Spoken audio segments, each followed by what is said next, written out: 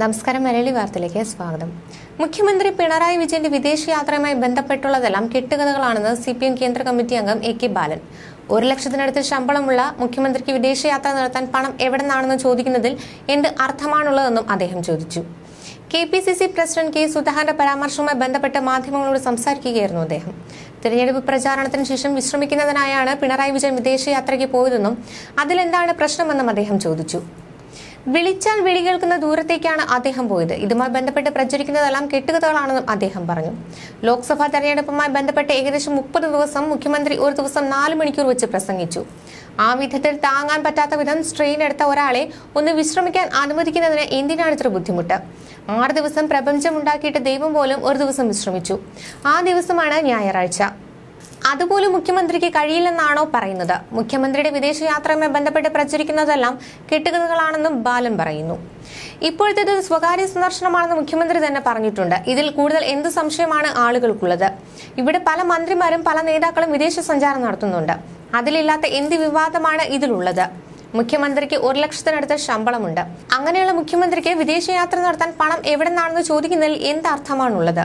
വിദേശയാത്രയ്ക്ക് കേന്ദ്ര സർക്കാരിന്റെ അംഗീകാരത്തിന് പകരം KPCC പ്രസിഡന്റ് K സുധാകരന്റെ അംഗീകാരം വാങ്ങേണ്ടതുണ്ടോ എന്നായിരുന്നു AK ബാലൻ ചോദിച്ചത്. മുഖ്യമന്ത്രിയുടെ യാത്രയുടെ സാമ്പത്തിക ഉറവിടം വ്യക്തമാക്കണം. ആരാണിത് സ്പോൺസർ ചെയ്യുന്നത്? സംസ്ഥാന സർക്കാരാണെങ്കിൽ അത് വ്യക്തമാക്കണം. മോദിക്കെതിരെ പ്രസംഗിക്കാൻ ഭയമുള്ളതുകൊണ്ടാണ് ഇനി 4 ഘട്ട തിരഞ്ഞെടുപ്പ് കൂടി ബാക്കിയുള്ളപ്പോൾ മുഖ്യമന്ത്രി പിണറായി വിജയൻ വിദേശത്തേക്ക് മുങ്ങിയത്. വിവിധ സംസ്ഥാനങ്ങളിൽ മത്സരിക്കുന്ന CPM സ്ഥാനാർത്ഥികൾക്ക് വേണ്ടി പോലും പ്രചാരണത്തിന് പോകാതെ മുഖ്യമന്ത്രി മുങ്ങിയത് സ്വന്തം പാർട്ടിക്കാരോട് ചെയ്ത കൊടും ചതിയാണ്.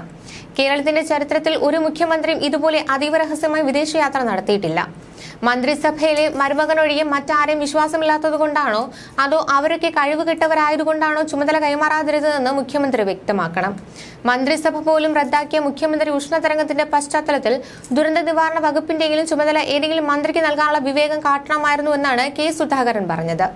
കുടുംബസമേതമുള്ള മുഖ്യമന്ത്രിയുടെ 2 ആഴ്ചത്തെ സ്വകാര്യ വിദേശയാത്രയാണ് വിവാദമായത്. ലോകത്ത് എവിടെ നിന്ന് മുഖ്യമന്ത്രി എന്ന നിലയിലുള്ള ചുമതല നിർവഹിക്കാമെന്ന് ഉറപ്പുള്ളപ്പോൾ പിന്നെ പകരം ആളെന്തിനെന്ന ചോദ്യമുയർത്തിയാണ് CPM വിവാദങ്ങൾ നേരിടുന്നത്.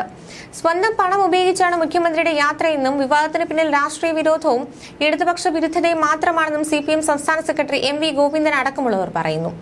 16 ദിവസമാണ് UAE, സിംഗപ്പൂർ, ഇന്തോനേഷ്യ എന്നിവിടങ്ങളിൽ മുഖ്യം ചെലവഴിക്കുന്നത്. കേരളത്തിലെ മുൻ മുഖ്യമന്ത്രിമാരൊന്നും ഇത്തരത്തിൽ യാത്ര നടത്തിയില്ല. സംസ്ഥാനത്ത് എവിടെയെങ്കിലും അടിയന്തര സാഹചര്യമുണ്ടായാൽ ഇടപെടുന്നതിന് ആർക്കും ചുമതല കൈമാറിയിട്ടുമില്ല.